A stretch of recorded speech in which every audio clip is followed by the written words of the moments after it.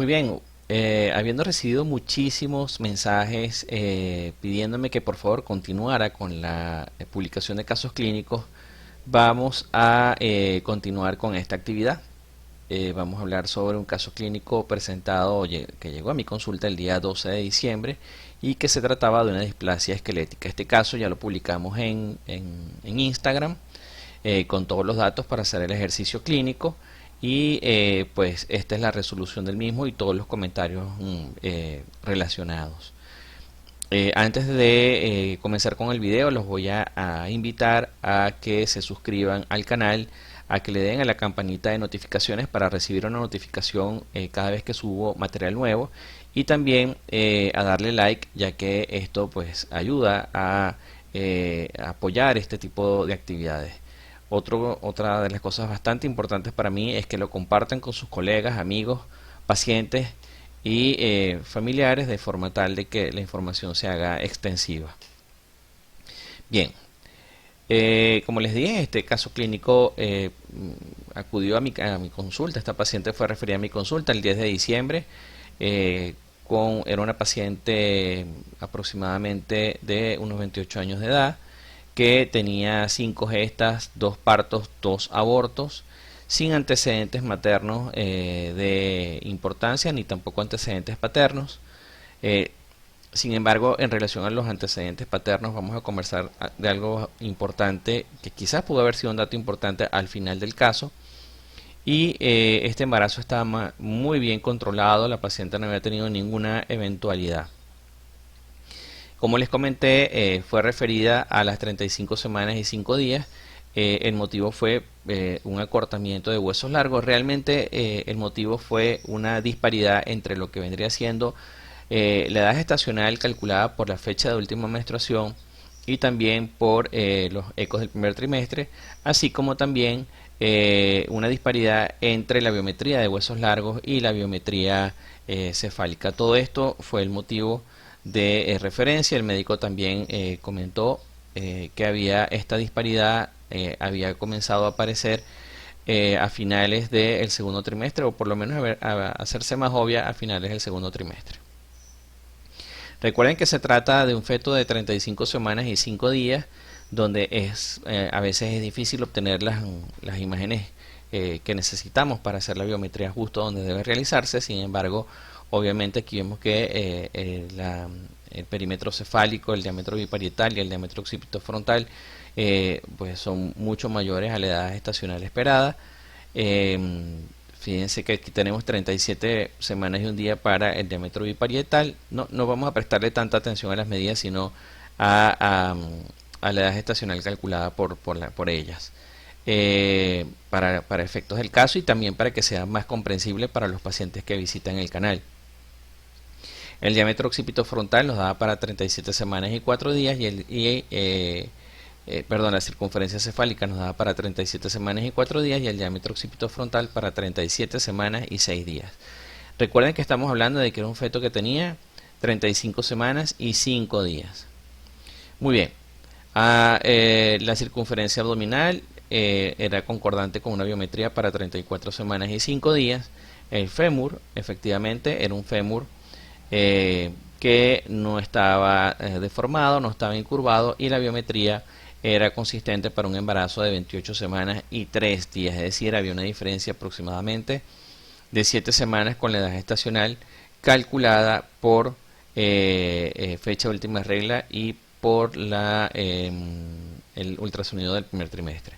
Y también observen cómo la longitud de húmero nos daba para 28 semanas, es decir, tenemos hasta ahora un feto de 35 semanas y 5 días con una biometría cefálica de 37 semanas y 4 o 5 días en promedio, y unos huesos cortos que están consistentes con un embarazo de 28 semanas. Por lo tanto, esto fue bastante sospechoso para el médico tratante y fue el motivo de referencia.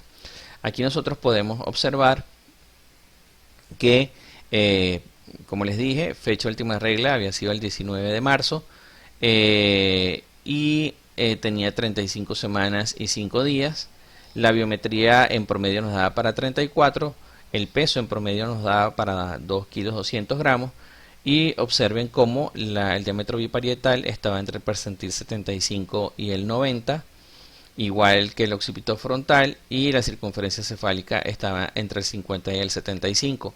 Sin embargo, cuando vemos la biometría de huesos largos, el fémur estaba en 28 semanas y 3 días, junto con la longitud de húmero que estaba para 28 semanas. ¿Ok? Del resto, el feto no tenía anomalías del sistema nervioso central, tampoco habían cardiopatías congénitas, ni existía ningún otro hallazgo de importancia, es decir, ninguna otra anomalía asociada. Aquí nosotros podemos ver el polo cefálico, el cráneo de este feto, y observen aquí cómo podemos ver que hay un abombamiento frontal, y también van a ver la presencia de un puente nasal deprimido. ¿Okay? Vamos a hacerlo poco a poco para que incluso nuestras pacientes también puedan entender de qué estamos hablando. Muy bien, fíjense que podemos ver la frente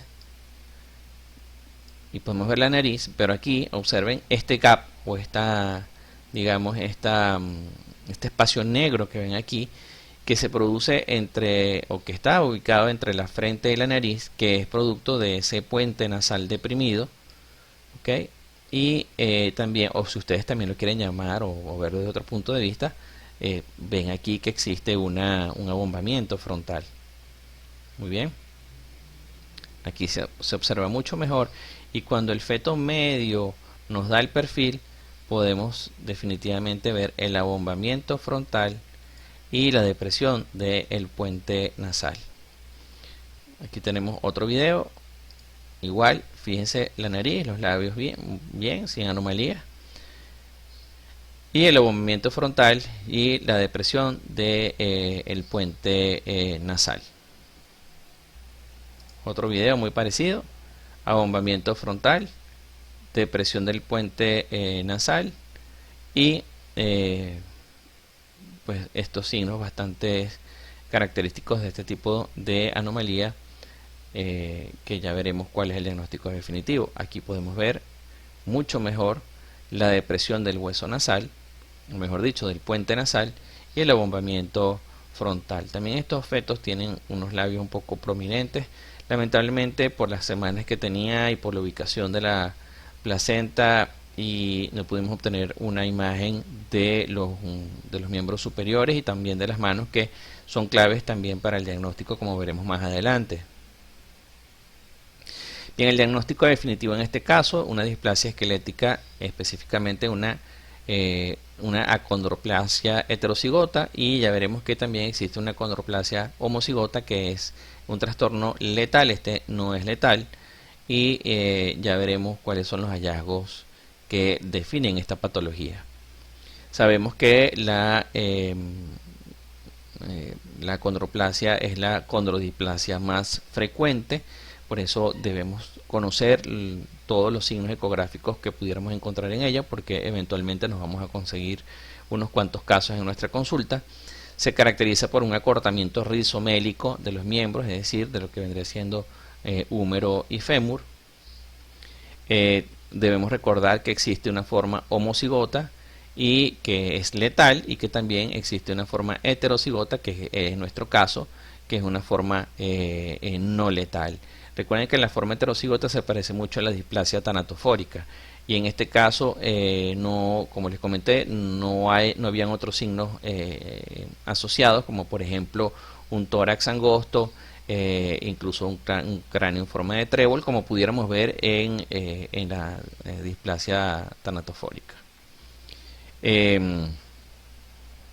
Debemos recordar que esto se asocia a ecografías que son bastante normales, y que vamos a empezar a tener signos que van a aparecer sobre todo a finales del segundo trimestre y principios del tercer trimestre. De hecho, los signos ecográficos son mucho más evidentes en el tercer trimestre.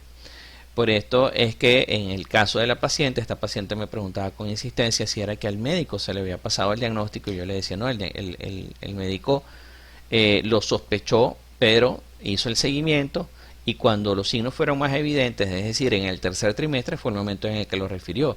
De hecho, está descrito que el acortamiento de huesos largos se comienza a evidenciar entre las 22 y las 24 semanas y que por supuesto, como muy bien lo dice aquí, es mucho más frecuente en el tercer trimestre. Por lo tanto, yo siempre le digo a las pacientes que acuden a mi consulta que deben recordar que existen anomalías del primero, del segundo y del tercer trimestre y por eso es importante el seguimiento y el control estricto de sus embarazos.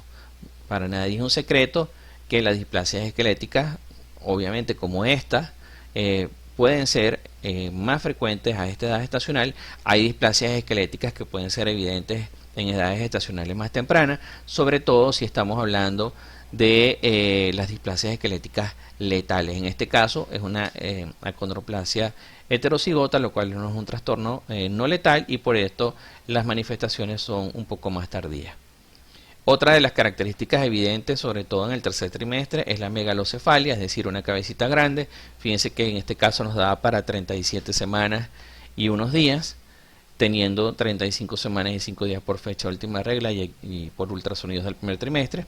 El puente nasal bajo o deprimido, que en muchos casos puede hacer pensar estos dos signos más el acortamiento de huesos largos que pudiéramos estar frente a un síndrome de Down y de hecho uno de los diagnósticos diferenciales, como veremos más adelante. La protrusión o abombamiento frontal, como lo vimos en las imágenes, y el acortamiento que puede ser de leve a moderado de fémur, del fémur y también del húmero. Fíjense que esto es importante, acortamiento leve a moderado del fémur y del húmero, y es por esto que en muchas ocasiones no es infrecuente la sorpresa de encontrarse este tipo de patología ya en el segundo o tercer trimestre. Las características más evidentes en el tercer trimestre también tenemos la mano en forma de tridente. Como les dije, en este caso no tengo ecografías de la mano, el feto no me ayudó. Y en el primer trimestre podemos tener un aumento de la translucencia nucal. Por esto es que es importante realizar en todas las pacientes un estudio de cribado del primer trimestre adecuado y exhaustivo, siguiendo las normas que debemos que ya conocemos y pues ante la presencia de una translucencia nucal aumentada debemos entonces sospechar la posibilidad de una displasia esquelética. Si por ejemplo en el primer trimestre este feto lo hubiéramos visto una translucencia nucal y por supuesto esto siendo una enfermedad monogénica va a tener un cariotipo, si solamente nos dedicamos a hacer cariotipo o tenemos a mano cariotipo nos sale normal, debemos pensar en la posibilidad de una displasia esquelética.